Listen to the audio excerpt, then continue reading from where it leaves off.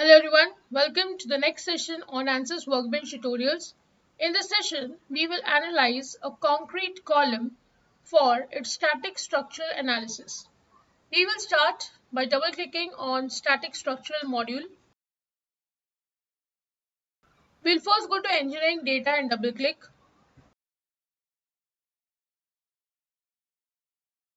Here we'll create a material which is concrete M30. First, we'll give the mechanical property of density, which is 2300 kg per meter cube. Then we'll give isotropic elasticity. Young's modulus in megapascal is 25. Poisson's ratio is 0.18. Also, I'll give the value of compressive yield strength in megapascal, which is 30.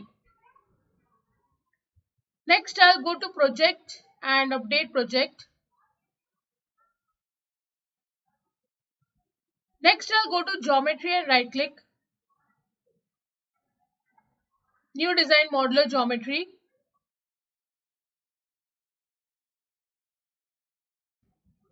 First, I'll go to units and change it to millimeter. XY plane look at. I'll go to sketching. I'll choose circle.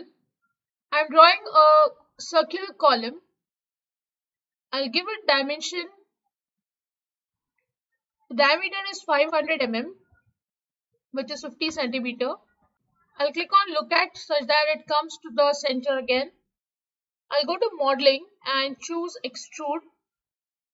Sketch is the sketch 1 which I need, so I'll apply. Then I'll go to depth of 3000 mm and I'll generate. So you can see here this is the concrete column of 3 meter length and diameter 50 centimeter.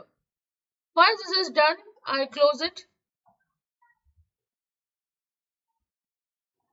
Next, I'll go to model and double click.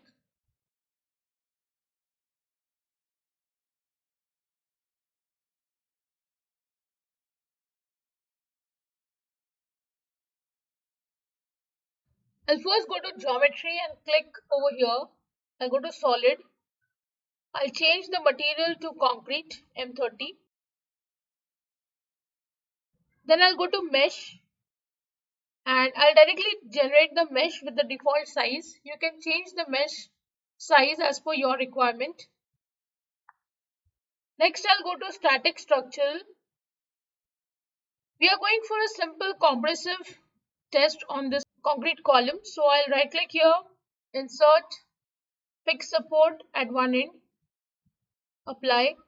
On the other side, I will insert force, which is of compressive type. So you can just see this is the Z direction. So along the downward direction, I'll change vector to component. I'll give a load of 8 kilonewton, which is 8000 Newton. Let's hold the column vertical.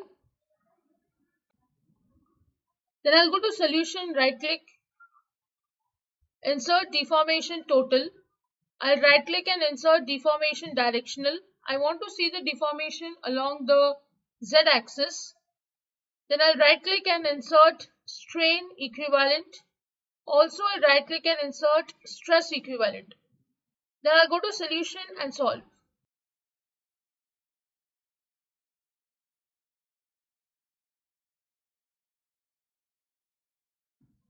We'll first go to total deformation. You can see here the maximum deformation is 4.883 mm.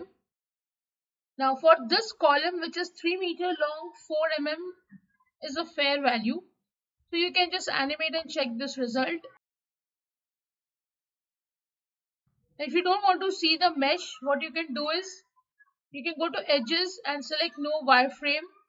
Go to contours and choose smooth contours such that the colors blend into each other.